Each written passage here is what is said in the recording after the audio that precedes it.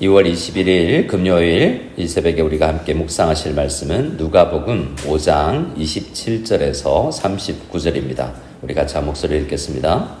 그 후에 예수께서 나가사 레위라 하는 세리가 세관에 앉아 있는 것을 보시고 나를 따르라 하시니 그가 모든 것을 버리고 일어나 따르니라. 레위가 예수를 위하여 자기 집에서 큰 잔치를 하니 세리와 다른 사람이 많이 함께 앉아 있는지라. 바리새인과 그들의 서기관들이 그 제자들을 비방하여 이르되 너희가 어찌하여 세리와 죄인과 함께 먹고 마시느냐. 예수께서 대답하여 이르시되 건강한 자에게는 의사가 쓸데없고 병든 자에게라야 쓸데있나니 내가 의인을 부르러 온 것이 아니요 죄인을 불러 회개시키러 왔노라. 그들이 예수께 말하되 요한의 제자는 자주 금식하며 기도하고 바리새인의 제자들도 또한 그리하되 당신의 제자들은 먹고 마시나이다. 예수께서 그들에게 이르시되 본인 집 손님들이 신랑과 함께 있을 때 너희가 그 손님으로 금식하게 할 수 있느냐. 그러나 그날에 이르러 그들이 신랑을 빼앗기리니 그날에는 금식할 것이니라. 또 비유하여 이르되 새 옷에서 한 조각을 찢어 낡은 옷에 붙이는 자가 없나니 만일 그렇게 하면 새 옷을 찢을 뿐이요 또 새 옷에서 찢은 조각이 낡은 것에 어울리지 아니하리라. 새 포도주를 낡은 가죽 부대에 넣는 자가 없나니 만일 그렇게 하면 새 포도주가 부대를 터뜨려 포도주가 쏟아지고 부대도 못쓰게 되리라. 새 포도주는 새 부대에 넣어야 할 것이니라. 묽은 포도주를 마시고 새 것을 원하는 자가 없나니 이는 묵은 것이 좋다 함이니라. 아멘. 오늘 예수님께서는 또 다른 제자 레위를 제자로 부르십니다. 레위라는 사람은 여러분 잘 아는 것처럼 마태입니다. 그 사람은 원래 직업이 소개되는 것처럼 세리였죠. 그런데 나중에 이 사람은 어떻게 됩니까? 마태복음을 쓰는 사람이 됩니다. 그러니까 우리 주님께서는 우리 주님의 전문은 세상에서 못 쓸 만한 사람을 불러서 전혀 정말 또 다른 상상하지 못할 만큼 귀한 일에 하나님께서 사용하시는 것을 볼 수 있는 거죠. 우리가 2달 동안 수요일에는 우리를 사용하시는, 우리를 쓰시는 하나님이라는 주제로 우리가 말씀을 전하고 있는데요. 우리는 다 연약하고 부족하지만 하나님의 손에 붙들렸을 때 주님의 제자가 되었을 때 정말 놀라운 일에 쓰임받게 되는 것을 볼 수가 있는 것입니다. 우리도 새롭게 주님 앞에 쓰임받는 놀라운 은혜가 있기를 소원합니다. 레위라 하는 세리가 세관에 앉아 있습니다. 항상 앉아 있다는 것은 그것이 거의 천직처럼 그것에 그냥 눌러 앉아 있는 듯한 떠날 수 없는 그러한 상황을 알려주는데요. 주님께서 그를 보시고 나를 따르라 하십니다. 누가복음 안에서는 이 명령, 나를 따르라 라는 명령이 자주 등장하는데요. 이렇게 한마디 듣고 바로 일어섰는지 대부분의 제자들을 보면 그 전에 어떤 사연들이 있게 되는 것을 보게 됩니다. 아마도 사방으로 여러 마을로 예수님에 대한 소문이 퍼져나갔을 때 그 소문을 이미 듣고 있었겠죠. 예를 들어서 우리가 얼마 전에 묵상한 여호수아를 보면 여호수아 일행이 정탐꾼이 그 마을에 들어갔을 때, 여리고성에 들어갔을 때 소문만으로 이미 기생 랍과 그의 가족들이 변화되어 있었던 것을 보게 됩니다. 충분히 익은 고구마라고 할 수 있는 거죠. 그래서 28절에 그가 모든 것을 버리고 일어나 따르니라 라고 하고 있습니다. 무엇을 버리고 예수님을 따랐냐 하면 재정적인, 경제적인 안정감이죠. 당시에 세리는 제일 부자였겠죠. 비록 그 직업이 동족들의 등골을 빼어 먹고 사는, 욕 얻어 먹는 그런 손가락질 받는 직업이었지만 그래도 경제적으로는 안정되어 있었을 가능성이 매우 높습니다.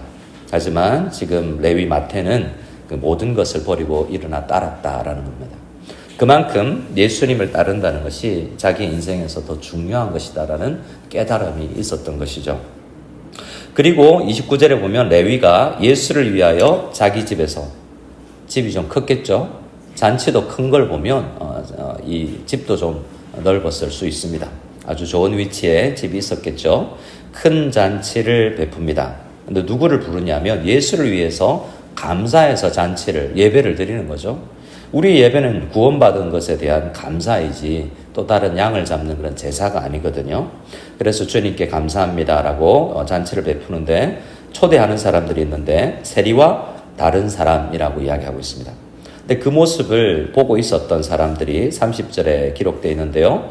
바리새인과 그들의 서기관들이 그 제자들을 예수님과 그 예수님의 제자들을 비방하면서 이렇게 말합니다. 너희가 어찌하여 세리와 누구와 함께 먹고 마시느냐? 죄인이라고 이야기하죠. 그래서 세리와 다른 사람이라고 29절에서 이야기하고 있지만 이 다른 사람들은 다름 아닌 레위 마태처럼 세리들이었을 가능성이 굉장히 많습니다. 레위가 재정적인 안정감을 뒤로하고 예수님 앞에 서원을 하는 것이 나 이제 다른 인생 살고 싶습니다 라는 거죠. 제가 아는 후배 중에 등 뒤에 호랑이가 한 마리 그려져 있는 후배가 있습니다. 대전에서 아주 개척교회 갑자기 은혜 받은 안수 집사님이 신학교 가가지고 신학교 가자마자 교회를 개척했는데 그때가 이 친구의 초등학생 때였어요. 몇 년을 이제 지하 단칸방에서 커튼 쳐놓고 반은 사택이고 반은 교회고 365일 밤기도하는 그런 교회였는데요. 이 친구가 중학교 2학년 때 집을 나섰습니다. 도망간 거죠. 가출한 겁니다. 그래서 또 호랑이 한 마리 생기고 나름 그 세계에서는 성공한 거예요. 제일 잘 나가는 성인 나이트클럽의 지배인이 되어서 20대가 되었을 때 그는 거의 땅에 묻힐 뻔 했다고 합니다. 밤중에 산에 이제 삽들고 끌려갔다가 그 새벽에 아무도 없는 조직들한테 끌려가가지고 전화가 한 통 울리는데 새벽 2, 3시쯤 되는 그 야산에 전화가 울립니다. 묻히기 일보 직전에. 근데 전화는 목사였던 아버지예요. 아빠다. 이 말이 이제 소화기에서 조금 울렸겠죠.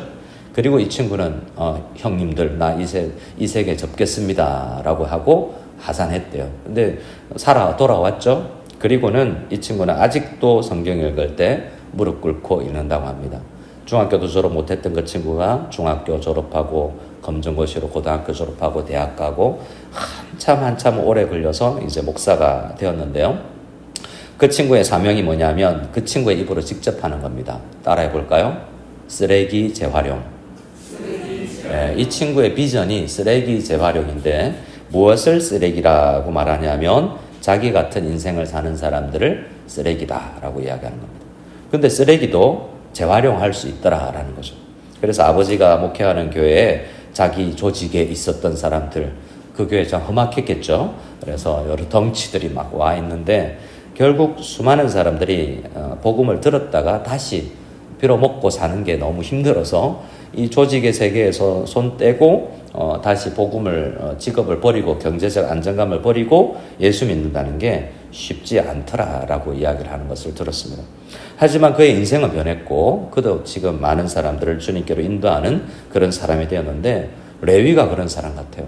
이 사람은 레위는 이제 다른 세리, 다른 죄인들을 주님께로 인도하고 또 복음서를 써서 다른 유대인들 중에 있는 많은 사람들을 지금까지도 2000년이 넘게 수많은 사람들이 레위 마태의 복음서에 의해서 예수님을 만나는 거죠. 그래서 어떤 면에서 레위는 지금 날마다 큰 잔치를 베풀고 있다라고 생각해도 과언이 아닌 것입니다. 근데 그것을 보고 있는 바리새인과 서기관들은 참 변하지 않아요. 오늘 말씀의 핵심은 그들이 낡은 가치관을 버리지 않기 때문에 그들이 이 복음을 받아들일 수 없다라는 건데요. 이 복음은 누구를 위해서 주는 것입니까? 누가복음 4장 17절에서 21절에 우리가 묵상했던 바를 보면 이사야 61장을 누가가 인용하면서 가난한 자에게 복음을, 포로된 자에게 자유를, 눈먼 자에게 다시 보게 함을, 눌린 자에게 자유를 이라고 누가복음을 누가는 이사야 61장을 인용했던 예수님의 첫 설교를 우리는 기억하게 됩니다. 누가 복음을 받아들이게 되냐면 마음이 가난한 사람이죠. 누가 자유를 얻게 되냐면 포로되어 있어서 억눌려 있는 사람들이고 자기가 보지 못한다라는 것을 깨닫는 사람인데 예수님은 그런 사람들을 건강한 자가 아니라 병든 자라고 이야기하고 있습니다. 우리는 다 건강하고 싶지만 예수님의 말씀에 있어서 31절에 건강한 자는 의사가 쓸데없다라는 말은 필요를 못 느낀다는 거죠. 복음을 들어도 나에게 저 복음이 필요 있다라는 사실을 못 깨닫는 것입니다. 근데 병든 자는요, 여러분 좀 아파 보셨습니까? 아프면 약이 생각나죠. 좀 아파 보면 의사를 찾게 되죠. 아파 본 사람이 복음을 아는 겁니다. 그래서 이 사람들은 바리새인과 서기관들은 아픈데도 보지 못하는 눈먼 사람들이라고 할 수 있고요. 오히려 세리마태와 그가 초대한 레위와 그리고 세리마태가 초대한 다른 사람들이 오랜 죄악된 생활 가운데 쓰레기 같은 인생을 살면서 나 복음 필요하구나라는 것을 간절히 느끼고 있는 때다라는 것을 우리는 보게 되는 것입니다. 근데 우리는 이 부분에서 좀 더 생각하는 것이 우리가 또 점점 예수님 믿다가 건강한 채 착각할 수 있다라는 겁니다.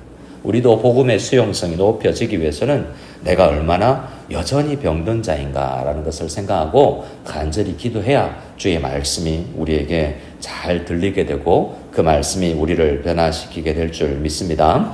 우리 33절 한번 같이 읽어보기로 합니다. 33절, 34절 같이 읽겠습니다. 그들이 예수께 말하되 요한의 제자는 자주 금식하며 기도하고 바리새인의 제자들도 또한 그리하되 당신의 제자들은 먹고 마시나이다. 예수께서 그들에게 이르시되 혼인집 손님들이 신랑과 함께 있을 때 너희가 그 손님으로 금식하게 할 수 있느냐. 아멘. 이 바리새인들과 서기관들은 예수님께 여전히 따지고 있죠. 이야기합니다. 옆에 있는 다른 지방에 있는 요한의 제자 봤더니 그들도 경건하더라. 그리고 바리새인의 제자들도 라고 이야기하고 있는데요. 이 사람들이 질문하는 사람들이 바리새인입니다. 그러니까 이 말은 다른 말로 우리 제자도, 내 제자도, 또 나도 라는 것을 포함하고 있는 말이죠. 나도 경건한데 너희들은 경건하지 않다라고 이야기하고 있는 거죠. 근데 예수님께서 그들에게 하신 말씀이 뭡니까? 때가 있다. 금식한다고 다 금식이냐? 때와 장소를 구별해야지.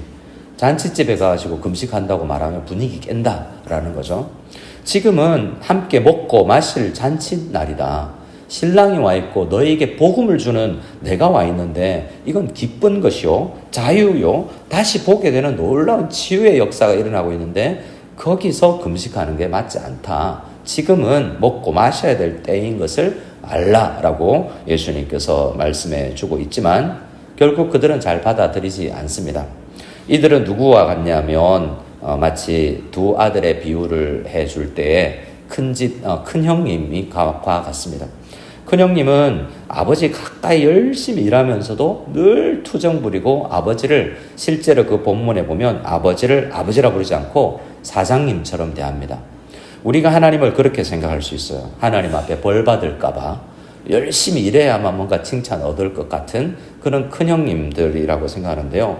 작은 동생은 비록 멀리 집을 떠나갔던 죄인이지만 돌아오면서 아버지라고 간절히 부르지 않습니까? 그가 사실은 병든 자예요.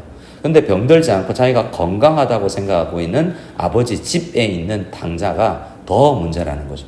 왜냐하면 그 비유를 예수님께서 하실 때 바리새인들을 향하여서 이야기해 주는 겁니다.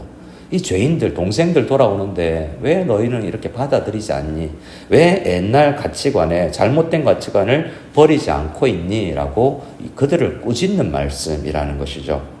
그래서 어느 때인지를 알지 못하고 늘 일만 하는 그리스도인이 아니라 주님 안에서 기쁘고 즐겁고 복음 안에서 그 복음을 누릴 수 있는 우리가 다 될 수 있기를 소원합니다. 예, 내일은 무슨 날이죠?